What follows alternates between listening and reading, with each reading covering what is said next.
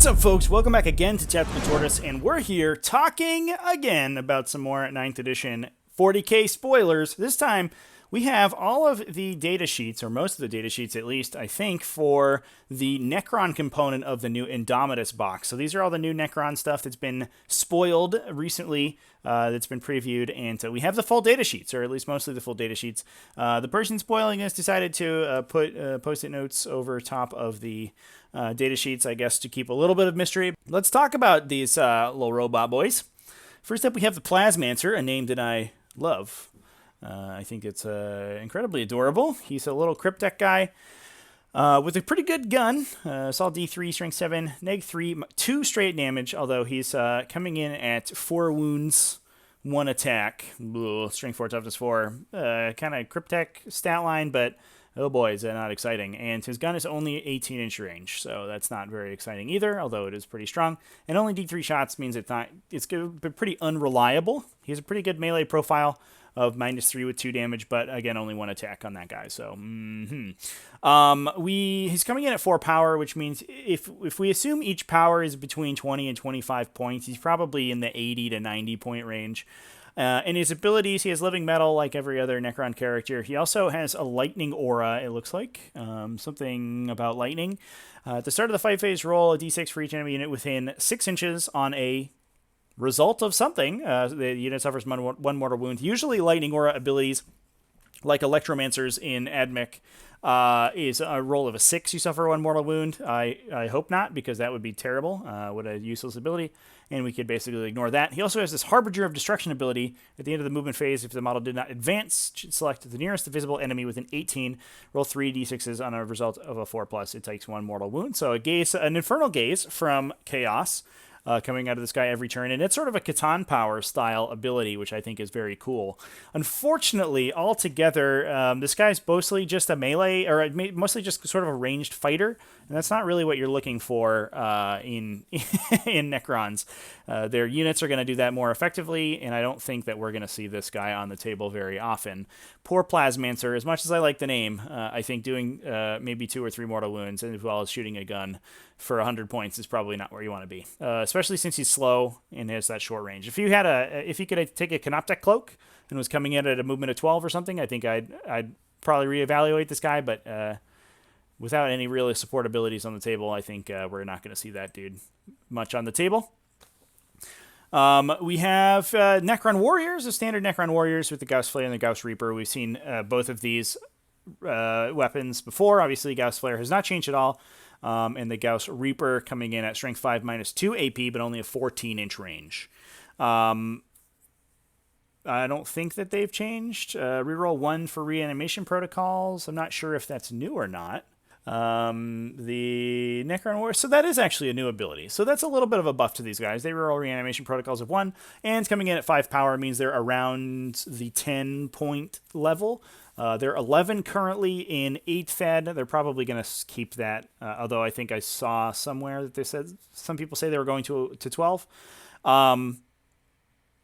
Cool. All right, sounds good. I like the reroll reanimations. The new weapon, I think I'll hold out for. I think some people were very excited that it was going to do a ton of damage, like with the Deceiver redeployment and stuff like that. But having this weird 14-inch range means that you're basically never going to get to rapid fire it, and only 1 damage is not really where you want to be. So I wouldn't hold out hope for the Gauss Reaper. I think you're going to stick with flavors. But I still think the Flare profile is very solid for a 10-point troops model. Over the Cryptothralls, I actually kind of like this the idea of this ability, this unit, but we'll see if they actually see any play. 2 power means they're probably coming in 40 to 45 point range, which is a little pricey for just 2 models, but the toughness 5, 2 wounds apiece with a 3-up save, so you can stick them in cover and they'll be a 2-up for the most part. They have a little 12-inch pistol, which is pretty good. Strength 5 -2, 1 damage, although it is only a 4+ ballistic skill base, but they do have some abilities that muck with that. You get to bring 1 for every Crypt Tech unit in your detachment. So, I mean, we usually see at least 1 Crypt Tech keyworded unit in every Necron army. So these guys will be available to take anyway. And in addition, they make Crypt Techs within 3 inches of them untargetable, straight up. Not even character protection, nothing like that, although they are an infantry unit.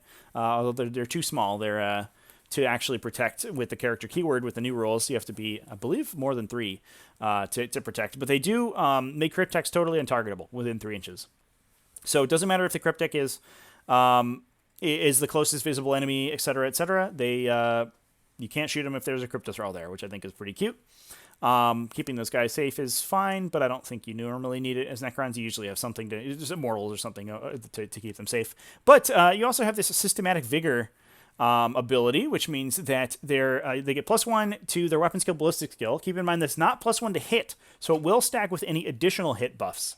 I imagine that you can give these guys My Will Be Done. They can go down to a 2+ to hit, which is pretty cool, and that will stack with this because this is a ballistic skill or a weapon skill modification rather than a dice roll modification. Their attacks characteristic increases to 6. Now remember, there's 2 of these guys in the unit, which means they're going to put fully 12 attacks out when this ability is active, and that it happens anytime they're within 6 inches of friendly crypt decks, which means they're going to be shooting 2 pistol shots at -2 AP, hitting on 3s each, so 4 total strength 5 shots, which is pretty reasonable. In addition, they have 12 attacks at strength 5 -1 AP. It's kind of a beat stick for a 45-point unit. It's not a ton of damage, but it is a lot. You have to keep them in mind.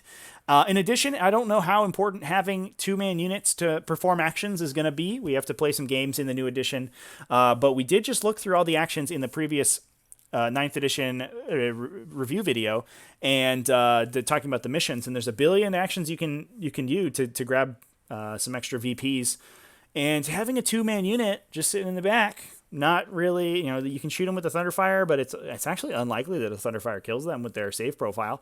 I don't think it's that bad, to be honest. And in addition, you're probably going to have a Crypt Tech with a Canoptic Cloak in your army, and these guys become absolute just blenders as long as the Crypt Tech is there telling them what to do. So I actually think these guys are pretty sweet. I'm not going to lie. We'll see how it goes. Plus, if you don't kill one, you can reanimate a 2-1 model, which is always annoying for your opponent. Going over to this guy, the Royal Warden, a little character. This one of the spoilers I read called this guy the Kingsguard, and I actually like that a lot better. That name a lot better than Royal Warden, but unfortunately, this is what we got. He's a strength 5 T5 Necron Lord body basically, which is pretty good. Coming in with 4 wounds, 3 attacks. He's a relic Gauss blaster. Doesn't look like there's no melee weapon profile on here though, so he's just punching. Which is a little disappointing. But the Relic Gauss Blaster, rapid fire 2, so within 12 inches it's shooting 4 times at strength 5 -2 damage. That's a good profile. That's the point where we get to be saying, hey, this guy's pretty good at shooting. He is a character, so you could give him a Veil of Darkness and use that to teleport him in. A lot of times you see a Necron Lord teleport in, and he... it just doesn't do anything once he gets in there. He shoots a Staff of Light or whatever. But this guy's got this pretty good Gauss Blaster, and he's also got this Adaptive Strategy ability. So he's effectively a super immortal, I guess. And this Adaptive Strategy ability allows a Dynasty unit to within 9 to fall back, shoot, and charge. Now, you still can't... it's not act as normal, so you still can't perform actions and psychic powers and things like that. Not that matters in the Necron book, but... falling back and charging, shooting and charging is still a big deal, especially since their vehicles won't be able to fall back and shoot anymore. So bringing one of these guys in with your Doomsday Arcs or your Destroyers is going to be excellent. He's probably 80 to 90 points, and he has a decent gun. I think we'll see a lot of these guys to make use of that Adaptive Strategy ability. I think that's the key right here, is this fall back and shoot. And especially if you're, if you take a couple and you Veil of Darkness one of them in and he shoots his cool gun, and you bring a bunch of Immortals or Warriors with you or Destroyers, then even if you're up in your opponent's face and your opponent decides to engage you, you can still make full use of those units. So I think this guy is actually pretty solid. I think I like the Royal Warden and or Kingsguard here. So over here, this looks like the big tripod monsters that we saw, the Canoptech Reanimator. 5 power, so between 100 and 120 points, I believe. It has a pretty interesting gun, Assault 3, but Strength 6 -2. Only 1 damage, though. Kind of a theme. We see good profiles for these flare weapons, but only 1 damage on all of them is a little bit disappointing at the end of that stat bar. We can't see, it looks like they have no special abilities on there, and they have a -2 AP on their melee attacks too, which is very nice. The big thing is this Nano Scarab Reanimation Beam. You can select one friendly Dynasty unit within 9 inches. If you do, at the start of your next command phase, add 1 to Reanimation Protocols. Or until the start of your next command phase, excuse me, you get +1 to Reanimation Protocols. I think that's pretty solid, but you have to be playing the Necron Infantry and playing into the Necron Infantry. But, I mean, given the abilities that Necrons have to double roll reanimation protocols, so things like Ghost Arcs and the Resurrection Orb, I think this guy could be pretty good because you can stack all those abilities on the top of each other and reanimate like an entire unit of Tomb Blades or of Destroyers or something like that, which I think is a pretty big deal. The big downside, 6 wound monster. So he's very targetable. I think the model is going to be relatively large, so he's going to be easy to see and doesn't really do any damage. The gun's cool, but only ballistic skill 4 is and only a 12-inch range. So as much as I like the Reanimator combo, I don't think we're going to see this guy on the table too often, but I'd be happy to be proven wrong. It's a cool-looking model, so I hope we do see it. Over here with the ScorePEC Lord, these big, scary guys that were at the end of the trailer video. He comes with an Enmitic Annihilator, Flensing Claw, and Hyperphase Harvester. I love the Necron weapon nomenclature here. Base move of 8 for those getting those extra legs. Pretty reasonable. Toughness, Strength 6, Toughness 6, 6 wounds with a 2+ weapon skill, ballistic skill, and a 3+ save. Also coming in with a 4+ invulnerable save for his Phase Shifter. 7 power, which means probably 150-ish points is what we're looking at here. And he rerolls hit rolls of 1, so he's almost 100% conversion on all of his attacks. He should be hitting. Plus, you get a 6-inch aura of reroll 1s for Destroyer Cult within 6 inches. I'm not sure that that's yet useful, especially since normal Destroyers, we'll talk about ScorePEC Destroyers in a second. Normal Destroyers are going to be rerolling all of their hits anyway because of Hardwired Hatred, or the whatever their stratagem is. I forget what it's called. So rerolling 1s to wound is not that exciting for those guys, but for the other Destroyers, it might be pretty good. As you just said, Beat Stick, I think this guy's pretty reasonable. The Annihilator is a Strength 6 -1, 2d3 blast, so it's hitting 6 times if you're shooting at a unit above 10, or of 10 or more. Pretty reasonable, but again, only in 18-inch range, so you don't get to use that super often. And then he either gets to use his claw to double his hit attack, so he swings 8 times with 1 damage, or the Hyperphase Harvester coming in at strength 8 with -1 to hit, but basically a Thunderhammer profile. Having a really beat sticky melee character is something that Necrons were missing. I'm not sure that this guy is the key. I think he hits just a little bit too weak to be really seen very often. But I don't know if there's a combination of Relics and Warlord traits that make these ScorePEC Lords really good. At the end of the day, it is a cool model, and having a 3 flat damage melee weapon sitting in the back line of your army that's also giving an aura out could be useful. But it's expensive. He's not super fast. He's relatively fast, but he's no jump pack. And only 4 attacks with coming in with that Thunderhammer profile is a little bit sad. Although the reroll 1s to hit and wound are pretty nice. So here we have the Overlord. I'm going to pull up the Overlord, the 8th edition Overlord datasheet to see if there's any differences here. So he's got a Staff of Light, 5 power. He's 70 points in the 8th edition book, so it looks like he went down a little bit. Although he's 70 points plus his weapons, so he's usually... Although this guy has different weapons, actually, I'm noticing. So this is actually an entirely different profile for him. He's a Tachyon Arrow, strength 12, -5 d6 damage for a one-shot gun, but at least he's hitting on 2s, probably wounding on 2s or 3s. It's okay. He's a pretty good hunter-killer missile sitting on his arm there. And then he has a Hyperphase Glaive, which is a D3 damage coming in at strength 7. That's fine, I guess, with only 3 attacks, though. Versus the standard profile that we see in the Zixthing Codex, which has the Staff of Light, which is a strength 5 -2 1 damage and has a 3-shot 12-inch range gun. So I think this is just different option of loadout for the Overlord. Doesn't look like he has the option to take a Resurrection Orb, so you have to take the expensive version if you're going to take a Resurrection Orb. But this one is much less expensive, and having the one-shot Tachyon arrow may be exciting sometimes if you need that. He has a Relentless March ability, which is new, and I wonder if the other Overlord profile will get this. When a Dynasty unit within 6, it makes a normal move, you get +1 to the distance. In addition, he has My Will Be Done. So, wow, +1 move is pretty good, and especially since that isn't only infantry. It also affects, vehicles, your Doomsday Arcs, your Tesseract Arcs, everything like that. If you start everybody next to this Overlord profile, then everyone's going to get +1 inches, which is very nice to have. You also just have My Will Be Done, which is always good. And it looks like My Will Be Done's actually changing. My Will Be Done in 8th Ed specifies Dynasty Infantry. It also gives them the +1 to advanced charge, but now it's only +1 to hit, but the Relentless March will give them the +1 to advance. Wow, okay, so you can get +1 to hit the vehicles now, everyone. That's exciting. That's super good. Plus, you have an Overlord profile that's a little bit less expensive. I'm all in. This guy seems sick, actually.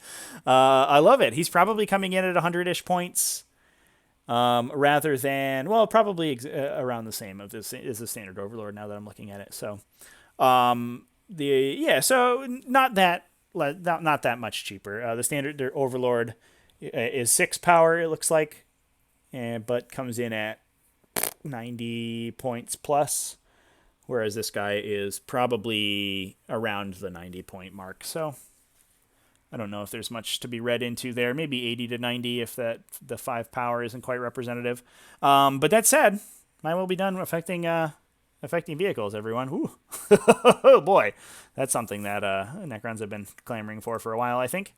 We're up to the Scarab Swarms. I don't think that the Scarab Swarms have changed much. Let's take a look at their standard profile.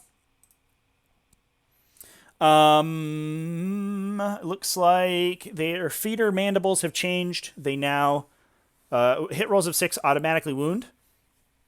And also, fuck Reddit, I guess. Thanks, TG. So that's a traditional gaming on 4chan. Thanks, guys. You're the best. Gross. So that's cool. Rolls of 6 automatically go through. That's much better than automatically wounding on 5s, which was the old Canoptic Scarab ability, which is pretty useless. Now they do a little bit more damage. They come in at 4 attacks hitting on 4s, which is fine. Unfortunately, the downside of Canoptic Scarabs, I think, for forever is going to be that they are only fast attack options. But it looks like they may be getting a points reduction. We have 2 power here, whereas they're normally... Oh, they were 2 power in 8th Ed 2, but they are 13 points a model in 8th Ed, so 40-ish points for a unit of them for only 2 power, so the power may not be quite representative of the points cost here. But only in fast attack, and I don't believe that that's changed, although I can't quite see what the battlefield roll symbol is here. It doesn't look like... Yeah, it looks like that's the edge of the lightning bolt for fast attack. It looks like that, probably. So that's the issue with the Canoptic Scarabs. You want to take them as troops to fill up your troops allotment for battalions, but can't do that. You got to take warriors and stuff, so womp womp. Poor Canoptic Scarabs. We talked about them a little bit earlier, but we have the ScorePEC Destroyers as the last unit in this spoiler. They have 1 plasma sight with them, which is an interesting little attachment unit, I guess. The ScorePEC Destroyers themselves, T5, Strength 5 T5, 3 wounds apiece. Pretty beefy boys. They're basically a standard destroyer profile, although not flying a little bit slower, it looks like. The Plasma Sight, only 1 wound, but still at that toughness 5, so it doesn't break up the majority toughness if the unit gets down to low, plus only a 4+ save on the Plasma Sight. The Plasma Sight has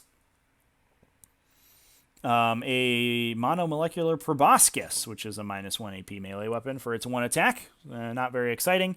And the Destroyers themselves seem like they're a very heavy melee unit. Looks like we can only take 3... Is that right? Yes, there's only ever 3 ScorePEC Destroyers, and for 1 additional power level, so probably 10 or 15 points, you get the Plasma Sight in there. Okay. They have their Hyperphase Reap Blades, which is Thunderhammer profile. They should probably give one of them to the ScorePEC Lord so that he doesn't have -1 to hit.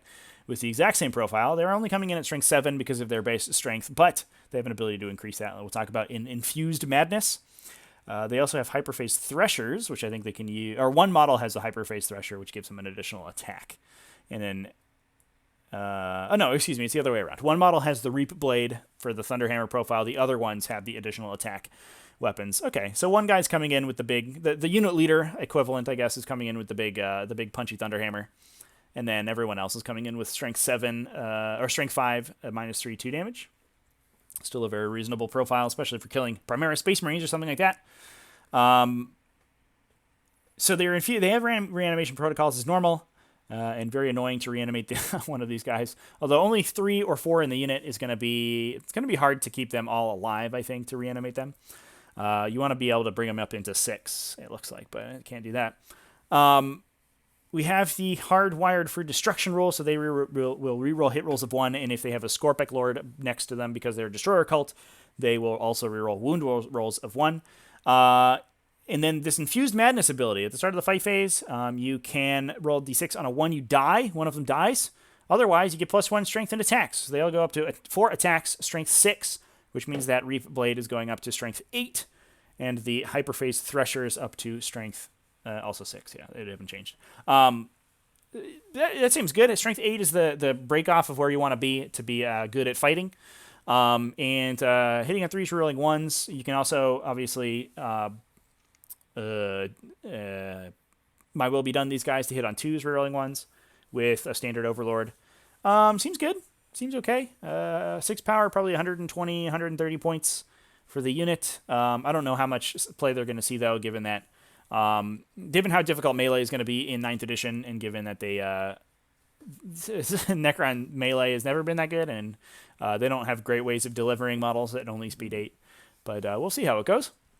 Anyway, that's all of the spoilers that we have for Necron so far. I think the big takeaways is the change to My Will Be Done. We'll see if the ScorePEC Lord sees any play. I kind of hope he does, because we'd like to see some more melee characters for Necrons that are actually really threatening. Other than that, the change to Necron Warriors as well, to reroll their reanimation protocols rolls, is going to be a pretty big deal. We'll see how the other units shape up, and if they start to see some play over the standard Necron gunline style stuff, but... I sure hope they do, and I hope we see the new models on the table competitively in the near future. Thanks, everybody, for watching. I think this is going to be basically the end of our 9th edition spoilers so far. There's going to be a video back up if we have any additional, anything else that gets leaked. So stay tuned for that, and thanks for watching, everyone. Keep it classy, folks, and have happy wargaming.